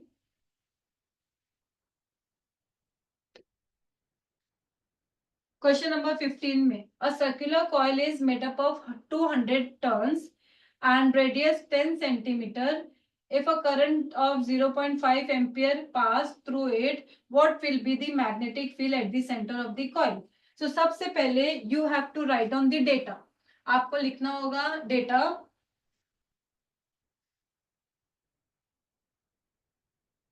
राइट डाउन फर्स्ट डेटा, ठीक है, डेटा और गिवन, देन डेटा क्या दिया हुआ है आपको, you have given number of turns, so write down 200 turns, then you have given radius r, r is given 10 centimeter, and then you have given current I, that is 0.5 ampere, and then you have to find magnetic field. ये हो गया आपका data. इस तरह से you write down the data along with the unit and the, if there is any conversion, so do the conversion part, that the 10 centimeter convert into meter, 10 raised to minus 2 meter. Okay, on the spot वहीं पर ही आप क्या करोगे, conversion करोगे। सो ये हो गया आपका डेटा, एंड देन फाइंड क्या करना है आपको, magnetic field. So write down formula, formula, formula क्या होगा, formula on the basis of given, on the basis of data, formula you write on the formula, B equal to, formula क्या होगा, mu naught n I divided by 2r। Okay, mu naught n I divided by 2r, ठीक है। अगर आपने इतना किया, ये 3 mark का क्वेश्चन है, so you will get 1 mark here, आपको यहाँ पर 1 मार्क मिल जाएंगे, ठीक है। Then substitute the values, mu not का वैल्यू क्या होता है, 4 pi into 10 raise to minus 7 into n कितना दिया हुआ है 200 into I is given 0.5 divided by 2 into R is 10 into 10 raised to minus 7 minus 2, 10 into 10 raised to minus 2. Okay, सो यहाँ पे सब्स्टिट्यूशन किया, आपको हाफ मार्क मिल जाएंगे. After substitution don't write the answer इसके साइड में, right on the answer below of this, इसके नीचे equal than equal than equal. आप इस तरह से मत करो कि यहाँ पर आपको ये स्टेप लिखा है फिर साइड में स्पेस है इक्वल डाल के एंड देन सॉल्व किया. Why? Because when we examiner check the paper, वो टाइम पर हमें जो मार्क्स देना होता है that we have to write the marks left side, the margin के लेफ्ट साइड. राइट साइड हम मार्क्स नहीं देते हैं, सो लेफ्ट साइड मार्क्स देना है. अगर ये स्टेप लिखा है तो ये स्टेप पे आपको हाफ मार्क मिलेगा, इसका नेक्स्ट स्टेप पे आपको हाफ मार्क मिलेगा, इसका नेक्स्ट स्टेप पर हाफ मार्क, और नेक्स्ट स्टेप पे, और या तो डायरेक्ट अगर आंसर आ गया तो यहाँ पे आंसर का half mark along with the unit. लेकिन अगर आप ये करते हो कि इसके साइड में आप लिख देते हो, तो साइड में लिखने से क्या होगा, अब ये स्टेप और उसके साइड का स्टेप, आप यहाँ पे उसके इसके ऊपर हाफ मार्क उसके ऊपर हाफ मार्क, तो यहाँ पे 1 मार्क देने का परमिशन नहीं है, हमें हाफ हाफ मार्क देना है. तो एग्जामिनर कंफ्यूज हो जाता है कि यहाँ पे मार्क्स कैसे दे. सो बेटर है आप अपना प्रेजेंटेशन इस तरह से रखो कि एग्जामिनर भी कंफ्यूज ना हो कि मार्क्स कहाँ दे. Do step by step. Solution कैसा करना होगा आपको, one step the other step then next step then next step, equal equal equal करते जाओ, साइड में मत लिखो. ओके, सो इस तरह से आपको सॉल्व करना होगा. हाँ, वन थिंग, जब प्रॉब्लम आप सॉल्व करते हो तो देखो यहाँ पर है ना, आपका एक और प्रॉब्लम होता है कि लॉग कैलकुलेशन कैसे करें. बहुत स्टूडेंट को लॉग कैलकुलेशन में प्रॉब्लम आता है. सो बेयर इन माइंड, बोर्ड ऐसे क्वेश्चन पूछता है जिसमें आप लॉग कैलकुलेशन कम से कम यूज करो. ऐसे क्वेश्चंस होते हैं कि जहां पे आप इजीली आंसर निकाल सको विदाउट यूजिंग लॉग. लॉग का तो इंस्ट्रक्शन रहता है कि आपको लॉग यूज करना है, लेकिन लॉग यूज करने की भी जरूरत नहीं होती. आप अब तक के पेपर उठाओ, सारे पेपर्स के सॉल्व करो क्वेश्चंस, आपको क्या मिलेगा कि जहां पर ज्यादा जो क्वेश्चंस है उसमें ज्यादातर आप लॉग यूज ही नहीं कर रहे हो. फॉर एग्जाम्पल यहाँ पर ही देख लो, यहाँ पे आपको कहाँ पर लॉग यूज करने की जरूरत है, tell me. See, all the numbers are very easy, very simple number. Cancel, 100 हो गया. ये 10 raise to minus one, 10 raise to minus one ऊपर जाके क्या हो जाएगा, 10 raise to plus one. See, 10 raise to plus one और ये 100, 10 रेज टू प्लस टू कितना हो गया, 10 raise to plus three, 10 raise to plus three और ये 10 raise to minus seven, and then 0.5, 0.5 का आगे एक और ले लो तो ये हो जाएगा 10 raise to minus 3, 10 raised to plus 3 and 10 raised to minus 8. Okay, and this 5 into 4 कितना हो गया, 20 हो गया, 20 pi. 20 pi into 10 raised to minus 8 कितना हो जाएगा, 20 into अगेन 20 का यहाँ पे 2 बना दो, 2 into 3.14 और 20 का ये 10 यहाँ पर ऐड कर दो, ये कितना हो जाएगा यहाँ पर 10 raised to 4 minus 8, 10 raise to 4 minus 8 कितना होगा, -4, तो 10 raise to -4. Okay, and then ये when you multiply you will get 6.28 into 10 raise to -4. Tell me यहाँ पर कहाँ लॉग टेबल का यूज हुआ है. लॉग टेबल का यूज ऐसे क्वेश्चन बोर्ड देता है जिसमें आप लॉग कैलकुलेशन बहुत कम करो. लॉग कैलकुलेशन रहता ही नहीं है, ऑलमोस्ट देखा जाए तो पूरे पेपर में लॉग बुक यूज हार्डली कहीं पर होगी. अगर होगा तो कहाँ पर, सी लॉग कैलकुलेशन आप कब करो, जब बहुत डिफिकल्ट कोई स्टेप हो, बहुत डिफिकल्ट इन द सेंस कि आपको डिवाइड करना है, 3 to 4 डिजिट नंबर्स को आपको क्या करना है, डिवाइड करना है, that time you use log book. Suppose आपको क्यूब रूट फाइंड करना है, सपोज आपको स्क्वायर रूट फाइंड करना है, सपोज आपको रेसिप्रोकल फाइंड करना है, so that time use log book ना। अननेसेसरी इतना सिंपल क्वेश्चन में लॉग बुक यूज करने की जरूरत क्या है। See this question asked for 3 mark question, 3 mark का कितना इजी क्वेश्चन है। ऐसे ही सारे क्वेश्चन इजी रहते हैं, कुछ डिफिकल्ट क्वेश्चन नहीं होते हैं, कुछ ऐसा बहुत ट्रिकी क्वेश्चन नहीं होते, स्ट्रेट फॉरवर्ड सिंगल और more than one formula based ही क्वेश्चन होते हैं, not so difficult. C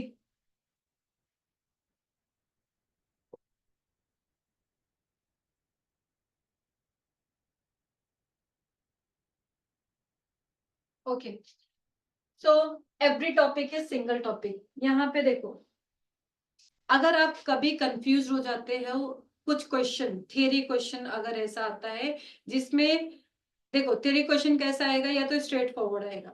straight forward for example I take the rotational dynamic का angle of banking. Angle of banking पे क्वेश्चन 3 या 4 mark का कैसा क्वेश्चन पूछेगा, define angle of banking and derive the expression for it. ये कितने mark का हो गया, 3 या 4 मार्क का क्वेश्चन होगा। और स्ट्रेट फॉरवर्ड क्वेश्चन है कि आपको पता चल गया कि एंगल ऑफ बैंकिंग का डेफिनेशन लिखना है और उसका डेरिवेशन देना है, ठीक है। लेकिन क्वेश्चन अगर ऐसा ट्विस्ट करके पूछ लिया, define angle of banking, hence show that angle of banking is independent on the mass of the vehicle. अब यहाँ पे आपने तो डेरिवेशन किया था, ये शो करने के लिए कैसे आ गया, तो आप कंफ्यूज हो जाओगे, अरे ये कहाँ से क्वेश्चन आ गया, इसका आंसर क्या होगा। So don't worry, angle of banking अगर आप पूरे 16 चैप्टर उठा लोगे, 12th के फिजिक्स का बुक में पूरे 16 चैप्टर में आपको एंगल ऑफ बैंकिंग सिर्फ फर्स्ट चैप्टर में उसी टॉपिक में मिलेगा, उसके अलावा कहीं पर भी नहीं मिलने वाला है।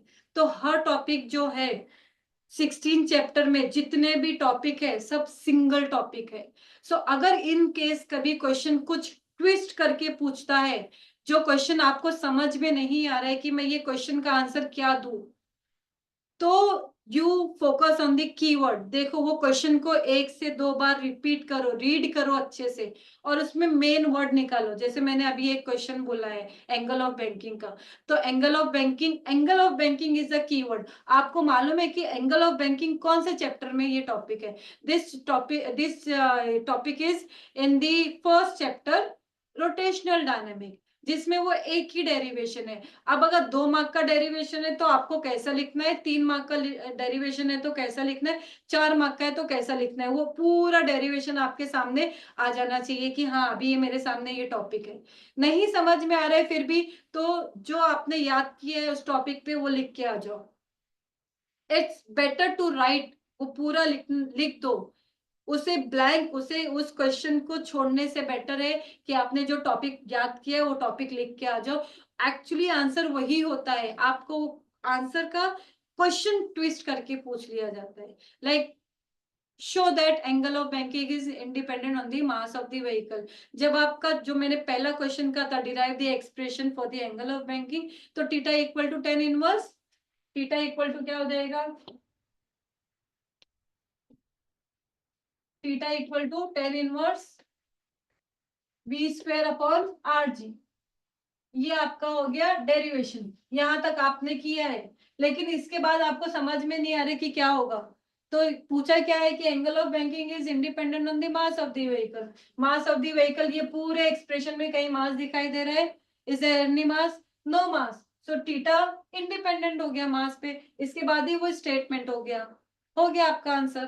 सो अगर इन केस आपको नहीं समझ में आता है कुछ क्वेश्चन, तो आप वो मेन वर्ड देखो, किस के ऊपर क्वेश्चन पूछा है, किस टॉपिक पे क्वेश्चन पूछा है, कौन सा फिजिकल क्वांटिटी पे क्वेश्चन पूछा है, उसको ध्यान करो कि आपने किस चैप्टर में ये पढ़ा है और ये कौन सा टॉपिक है।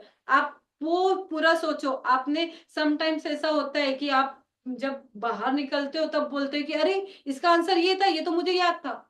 तो ये नहीं होना चाहिए। अगर आपको वो टॉपिक है, वो टॉपिक देखो, और वो सिंगल टॉपिक, इतना याद रखो सारे टॉपिक सिंगल टॉपिक है, एक्सेप्ट वन टॉपिक, एक जो मैग्नेट का है। मैग्नेट का टाइम पीरियड मैग्नेटिक मटेरियल में भी है और ऑसिलेशन चैप्टर में भी है ये, और लेकिन डेरिवेशन जो है वो दोनों सेम है। सो आप दोनों में से कोई भी एक डेरिवेशन लिखोगे चलेगा। थोड़ा सा ध्यान करना है कि ज्यादा प्रेफरेंस किसे दिया गया है, मैग्नेटिक मटेरियल को दिया गया है या ऑसिलेशन चैप्टर को दिया गया है। ओके, उस हिसाब से उसका आंसर सिर्फ लिखना होगा। बाकी जितने टॉपिक है, every topic is single topic, तो वो टॉपिक को क्वेश्चन रीड करो। नहीं समझ में आ रहा है, उसका टॉपिक पे ध्यान दो, उसका आपने कुछ आंसर याद किया है वो चुपचाप वो आंसर लिख दो, you will get marks. Okay, then log book and approximate value. हाँ, यहाँ पर अभी कुछ वैल्यूज होते हैं जो आपको लाइक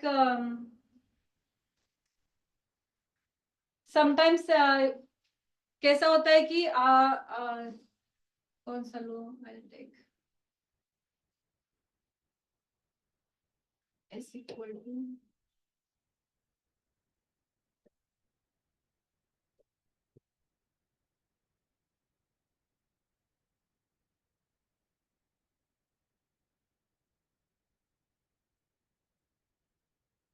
यहाँ पर s equal to I G upon I minus I G into ji.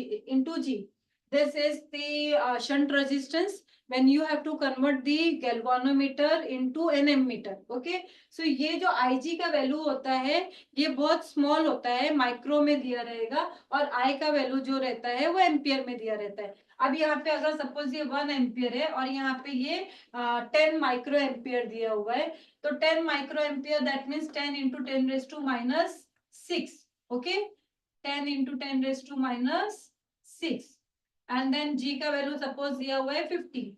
Fine, so here you have to find s. So s equal to ये कितना हो गया 10 raised to minus 5 into 50 divided by, अब ये 1 minus, here you have to write what, ये क्या हो जाएगा 10 raised to minus 5 मतलब 0.00001.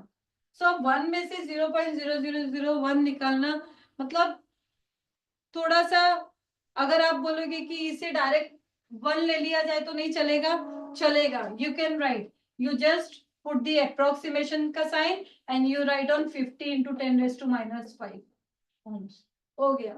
तो यहाँ पर आप अप्रोक्सीमेट वैल्यू ले सकते हो। ऐसा कुछ क्वेश्चन है जहां पर आप कि थोड़ा सा अप्रोक्सीमेट वैल्यू लेके आपका आंसर आ सकता है, so you can do that approximation method का। बट रिमेंबर, इक्वल साइन आपको नहीं लगाना है, you don't have to put equal sign, you have to put approximation का साइन। आप अप्रोक्सीमेशन का साइन इस तरह से लगाओ और जो आंसर है वो लिखो। This means the shunt resistance is not equal to 50 into 10 raised to minus 5 ohm, but it is approximately 50 into 10 raised to minus 5 ohm. It will do. लेकिन अगर ये साइन नहीं लगाया आपने, इक्वल साइन लगा लिया, तो यहाँ पर ये रॉन्ग हो जाएगा, then you will not get mark. Okay, so approximate value you can write. For 2 mark का डेरिवेशन, 2 मार्क के डेरिवेशन में डायग्राम ड्रॉ करोगे, ठीक है, कोई बात नहीं, नहीं भी ड्रॉ किया तो भी चलेगा, but for the 3 mark derivation you have to draw the diagram. Derivation पे आपको 3 मार्क में हाफ मार्क जो होता है वो डायग्राम पर होता है।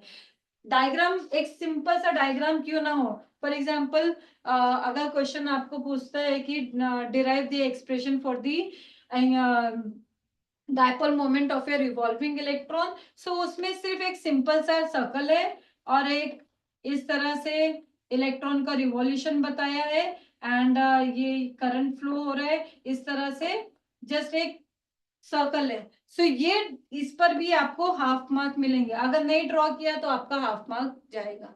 सो 2 मार्क के डेरिवेशन में डायग्राम नहीं ड्रॉ किया चल जाएगा, ड्रॉ करोगे तो इट्स वेल एंड गुड, नहीं ड्रॉ किया तो 3 मार्क के डेरिवेशन में नहीं ड्रॉ किया तो हाफ मार्क जाता है, बिकॉज 3 मार्क के डेरिवेशन में आपको हाफ मार्क डायग्राम पर होते हैं।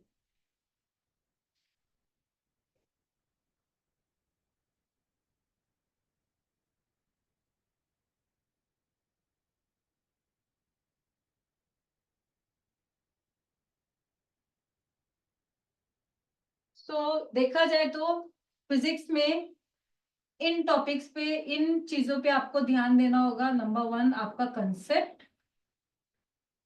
Number 2 theory,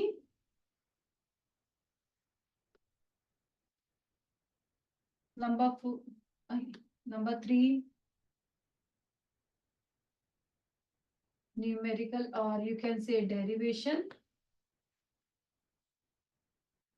Number 4, numerical.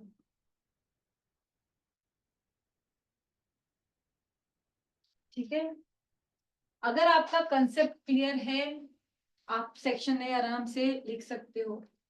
आपका डेरिवेशन, आप सॉरी थ्योरी आपने किया है अच्छे से। थ्योरी पार्ट मतलब कि आपका जो लॉज हो गया, definition, distinguish, application, merits, advantages, give reason, short note, ये सारा डायग्राम्स, ये सब अगर आपने किया है तो आपका थ्योरी पार्ट है। तो section B and section D आप आराम से कर सकते हो।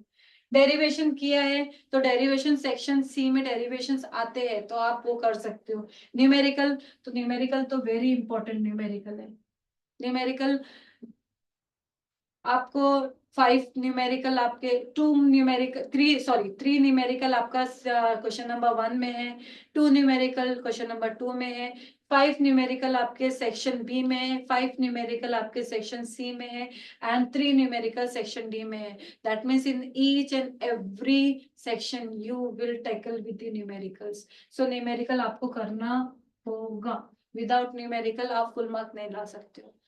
देखो, अगर आपको थ्योरी में प्रॉब्लम होती, थ्योरी में प्रॉब्लम नहीं है, आप थ्योरी अच्छे से करो और numerical solved example, unsolved example कर लो, इतना इनफ है न्यूमेरिकल के लिए। आप सॉल्व्ड एग्जांपल, अनसॉल्व्ड एग्जांपल के जो इजी इजी वाले हैं कर लिए, मोर देन इनफ। बोर्ड वही क्वेश्चन पूछेगा, अगर सेम क्वेश्चन नहीं हुआ तो थोड़ा सा नंबर चेंज करके आपको क्वेश्चन पूछ लिया जाएगा, but question type will remain same.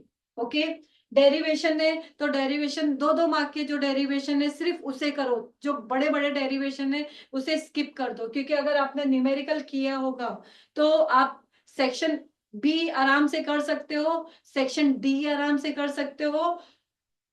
Section C में जब आप आओगे तो डेरिवेशन में आपको थोड़ा सा जो थियरी पार्ट है प्रॉब्लम हो सकता है, लेकिन रिमेंबर 7 थियरी क्वेश्चन होते हैं, 5 न्यूमेरिकल होते हैं। 5 न्यूमेरिकल अगर आप कर लेते हो तो आपको 7 में से सिर्फ 3 ही तो थियरी करना है, तो आप आराम से कोई ना कोई थियरी आप आराम से कर सकते हो। सो जो बड़े बड़े डेरिवेशन है वो नहीं करोगे तो भी चल जाएगा। आप कंसेप्ट क्लियर करो, आप थियरी अच्छे से करो, ये सारे जो पॉइंट्स है ये सब अपना अच्छे से कर लो, देन न्यूमेरिकल अच्छे से कर लो, डेरिवेशन जो है वो 2 मार्क के जो डेरिवेशन है वो अच्छे से कर लो। ओके,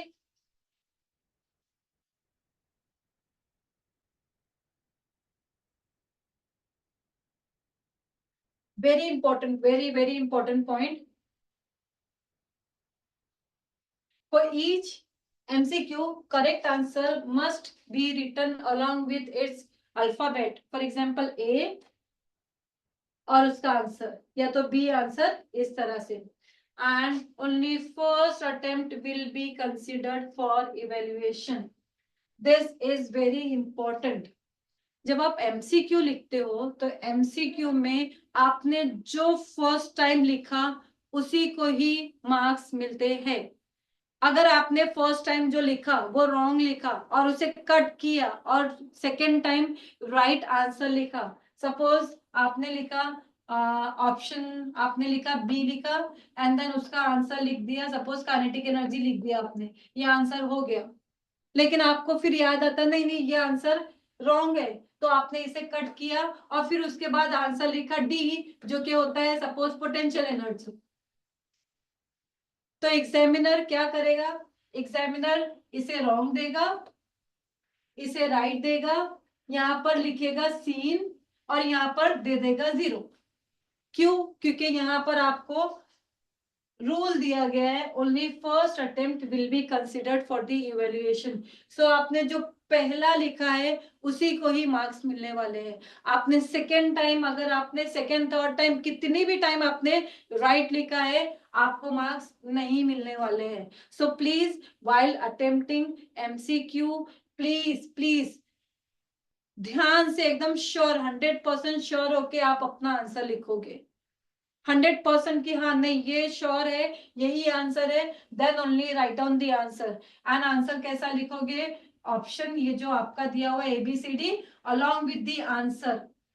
ऑप्शन लिखा, आंसर नहीं लिखा, आंसर लिखा, ऑप्शन नहीं लिखा, मार्क्स नहीं मिलता है, 0 मार्क मिलता है.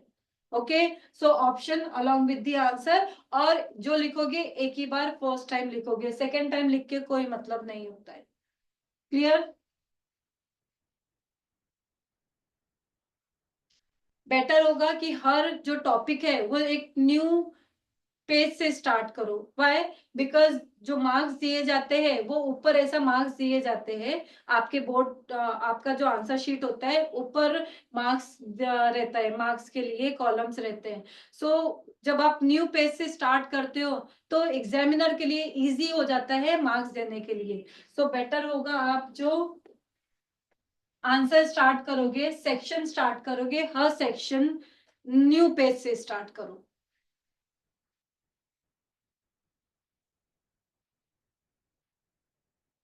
ग्राफ पेपर की जरूरत नहीं होती है. आपको ग्राफ बनाना है, सपोज कुछ वेव फॉर्म्स वगैरह बनाना है ऑसिलेशन में, तो आप जो आंसर शीट होता है वहीं पर ही आप एक रफ स्केल लेके you can draw the graph and all.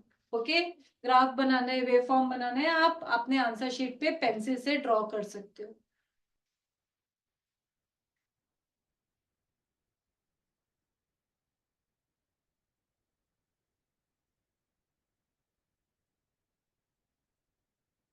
Time management, that is very important.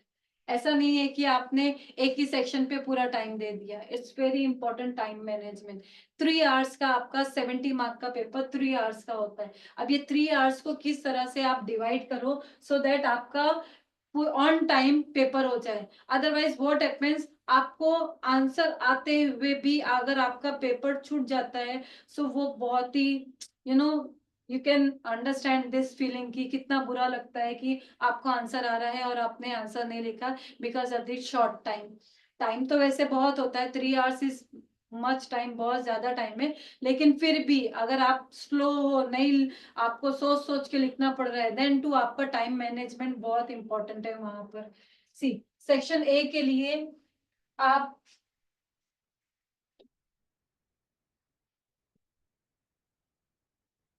Section A के लिए यू स्पेंड 30 मिनट्स. आप स्टार्ट करो, 30 मिनट्स आपका सेक्शन ए में जाना चाहिए. 40 मिनट जो होगा आपका सेक्शन बी के लिए डिवोट होना चाहिए, 60 minute section C, and 30 minutes section D के लिए.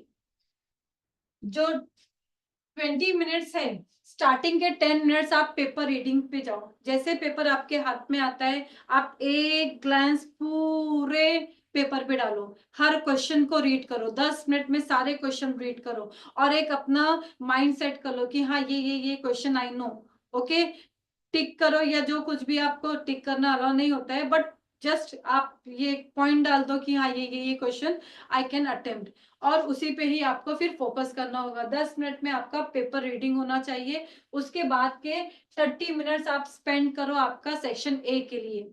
देखो सेक्शन ए जो होता है ना, एमसीक्यू का पार्ट, जो 10 एमसीक्यू होते हैं, अगर आपने पूरा पेपर आप पूरा ध्यान से देखोगे ना, तो आपको सेक्शन ए में जो क्वेश्चन नंबर 1 एमसीक्यू होता है उन सब के आंसर, पूरे आंसर आपको आपके क्वेश्चन पेपर में कहीं ना कहीं मिल जाएंगे. अगर आपने पूरा पेपर आप अटेम्प्ट कर रहे हो तो आपको कहीं ना कहीं सब आंसर उसी पेपर में मौजूद होंगे, उसी पेपर में से ही मिल जाते हैं. सो आप एक बार क्वेश्चन रीड कर लो. अगर आप श्योर हो कि इसका आंसर ये है, लिख लो. नहीं श्योर हो तो उसे ब्लैंक छोड़ दो. आप आगे के क्वेश्चन अटेम्प्ट करो. आगे के क्वेश्चन में कहीं ना कहीं डायरेक्टली या इनडायरेक्टली आपको दिया रहेगा उसका आंसर, तो आप आराम से उसका आंसर लिख सकते हो. देन सेक्शन बी के लिए 40 मिनट्स है. हर क्वेश्चन 2-2 मार्क का है.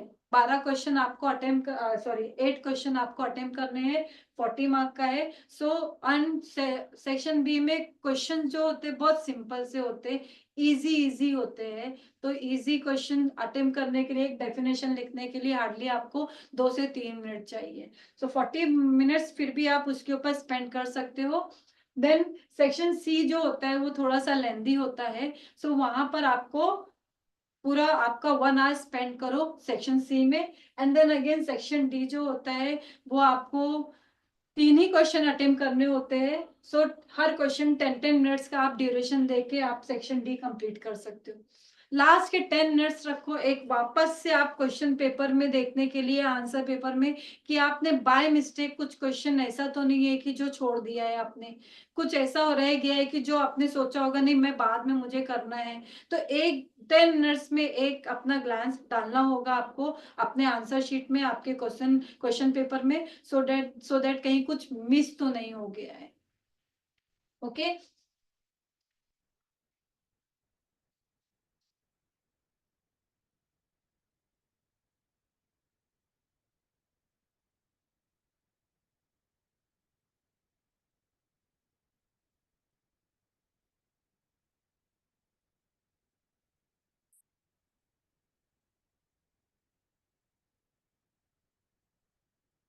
फिजिकल कांस्टेंट आपको दिए होते हैं,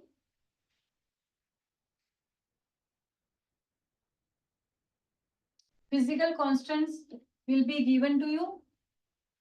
तो इतना थोड़ा सब याद नहीं है तो एक क्वेश्चन पेपर में ही स्टार्टिंग में देख लेना, आपको वो कांस्टेंट का वैल्यू दिया रहेगा। फॉर एग्जांपल रेडबर्ग कांस्टेंट नहीं याद है, आप सर्च करो, आपको इंस्ट्रक्शन में कांस्टेंट दिए रहते हैं, तो एक नजर वहां पर भी देख लो, कहीं ऐसा ना हो कि वो एक कांस्टेंट आपको वैल्यू वहां पे यूज करना है और याद नहीं है, इस वजह से वो आपका रह जाए। क्यों? क्योंकि जो कांस्टेंट आपको जो यूज करने हैं बोर्ड यूजुअली दे देता है यहाँ पर। ओके।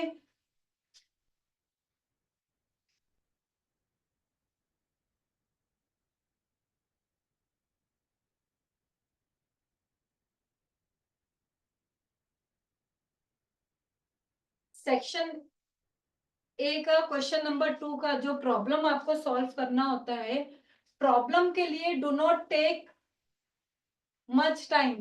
1 मार्क का क्वेश्चन है, 1 मार्क का क्वेश्चन आपको सॉल्व करने के लिए हार्डली 1 मिनट लगना चाहिए आराम से। ये question, in a photo electric experiment the stopping potential is 1.5 volt, what is the maximum kinetic energy of the photo electron.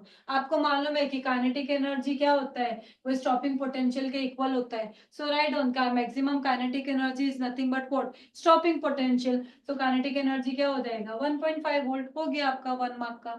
Then two capacitor of capacities 5 microfarad and 10 microfarad respectively are connected in series. Calculate the resultant capacity of the combination. So यहाँ पे just apply the series का formula जो होता है 1/CS equal to 1/C1 plus 1/C2। यहाँ पे ज्यादा बहुत ज्यादा स्टेप देने की भी जरूरत नहीं है, डायरेक्ट सॉल्व होता है, डायरेक्ट सॉल्व करके आप आंसर दे सकते हो, because this question is of 1 mark का। सो आप जब क्वेश्चन अटेम्प्ट करते हो तो आप क्वेश्चन में आप देखो वो क्वेश्चन कितने मार्क का पूछा गया है, उसके अकॉर्डिंग आप अपना answer try to write the answer. क्योंकि 2 मार्क का क्वेश्चन है तो ज्यादा कुछ लेंदी आपको लिखने की जरूरत नहीं है। आप 2 मार्क के क्वेश्चन में आपको कितने पॉइंट्स लिखना है आप समझ सकते हो। सो एंड सपोज ये न्यूमेरिकल सॉल्व करना है तो न्यूमेरिकल भी सॉल्व करने के लिए कितना क्या ये छोटे से न्यूमेरिकल में लॉग की जरूरत है, नहीं है तो अननेसेसरी लॉग लेने की जरूरत नहीं है। ओके। वन थिंग, अगर आप ये सारे न्यूमेरिकल देखोगे, क्वेश्चन नंबर 7 ये आपको करंट इलेक्ट्रिसिटी के चैप्टर से है एंड ये आपका सॉल्ड एग्जांपल है। आप वोल्ट मीटर का टॉपिक निकालो, galvanometer converted into volt meter, आपको ये क्वेश्चन मिलेगा। सिर्फ ये जो वैल्यूज है ना वे ये वैल्यूज चेंज करके दी गई है। देन ईएमआई चैप्टर में क्वेश्चन नंबर 10, ईएमआई चैप्टर में आप अनसॉल्व का पेज निकालो, अनसॉल्व के पेज पे आपको ये वैल्यूज सिर्फ थोड़ी सी चेंज करके यहाँ पे 60 है I think so, there it is 50 meter, just values change करके दिया गया है, question is same as it is question है। देन हॉरिजॉन्टल फोर्स, ये क्वेश्चन जो दिया गया है विस्कोसिटी के चैप्टर से है, ये आपका chapter number 2 mechanical properties of fluid से है, और ये आपका अनसॉल्व एग्जांपल का है। थोड़ा सा वैल्यूज जो है ना वो चेंज करके दी गई है। यहाँ पे वेव्स चैप्टर से है, ये जो वैल्यूज है थोड़ी सी चेंज करके दी गई है। क्वेश्चन ये जो दिया गया है ये आपका सॉल्व एग्जांपल का क्वेश्चन है। ये क्वेश्चन आपका टेक्स्ट बुक में नहीं है, लेकिन आप इजीली इस क्वेश्चन को सॉल्व कर सकते हो. This question is given, solve example का ये क्वेश्चन है.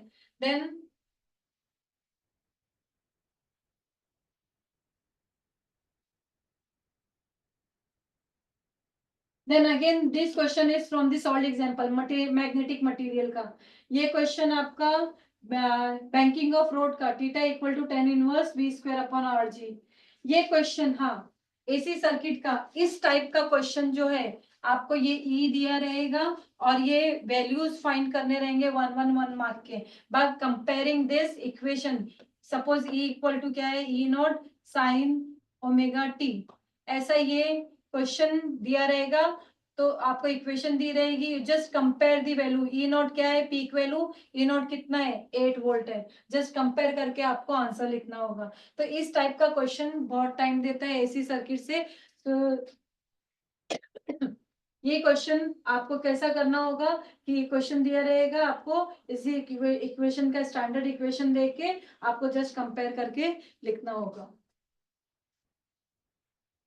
ओके. देन अगेन ये जो क्वेश्चन है ये आपका एसी सर्किट का 13.1 फर्स्ट एग्जांपल ही है ये question. Then this question is from the text book. Again compare the RMS speed. ये आपका अनसॉल्व का दिया हुआ है केटीजी का. And then spherical ball of, ये आपका इलेक्ट्रोस्टैटिक का क्वेश्चन है. इलेक्ट्रोस्टैटिक का फर्स्ट एग्जांपल है, पहला एग्जांपल. और पहले एग्जांपल में दो क्वेश्चन दिए गए हैं. From the centre of the इतने डिस्टेंस पे है और सेंटर पे ऑन दी सरफेस पे है. ऐसा दो क्वेश्चन, दो में से ये एक क्वेश्चन एक पार्ट दिया गया है 2 मार्क का. सो जो न्यूमेरिकल पार्ट होता है वो न्यूमेरिकल पार्ट पूरा का पूरा कहाँ से होता है, टेक्स्ट बुक से ही होता है. टेक्स्ट बुक से एक सिंगल क्वेश्चन भी बाहर नहीं होता है, सब कुछ टेक्स्ट बुक का होता है.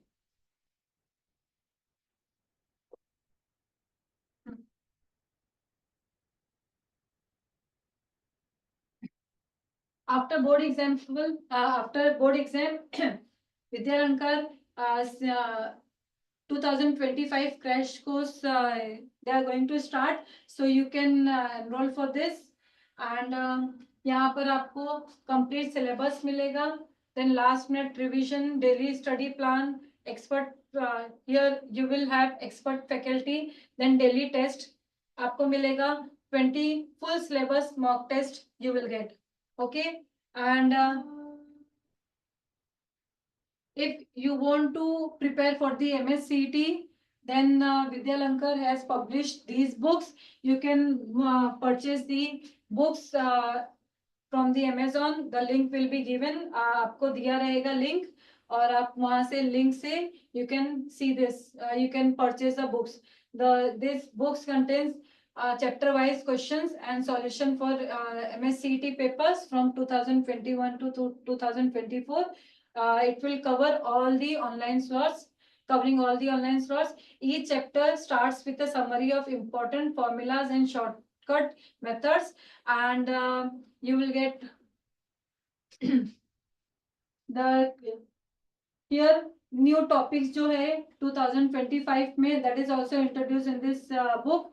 and you will get free access to 5 CET full syllabus online test. So if you want to purchase the book and if you want to enroll, so you can get, the link will be given in the description. यहाँ पर दिया रहेगा, you can enroll. Okay. So with this we will complete the session. All the best for the exam. Thank you.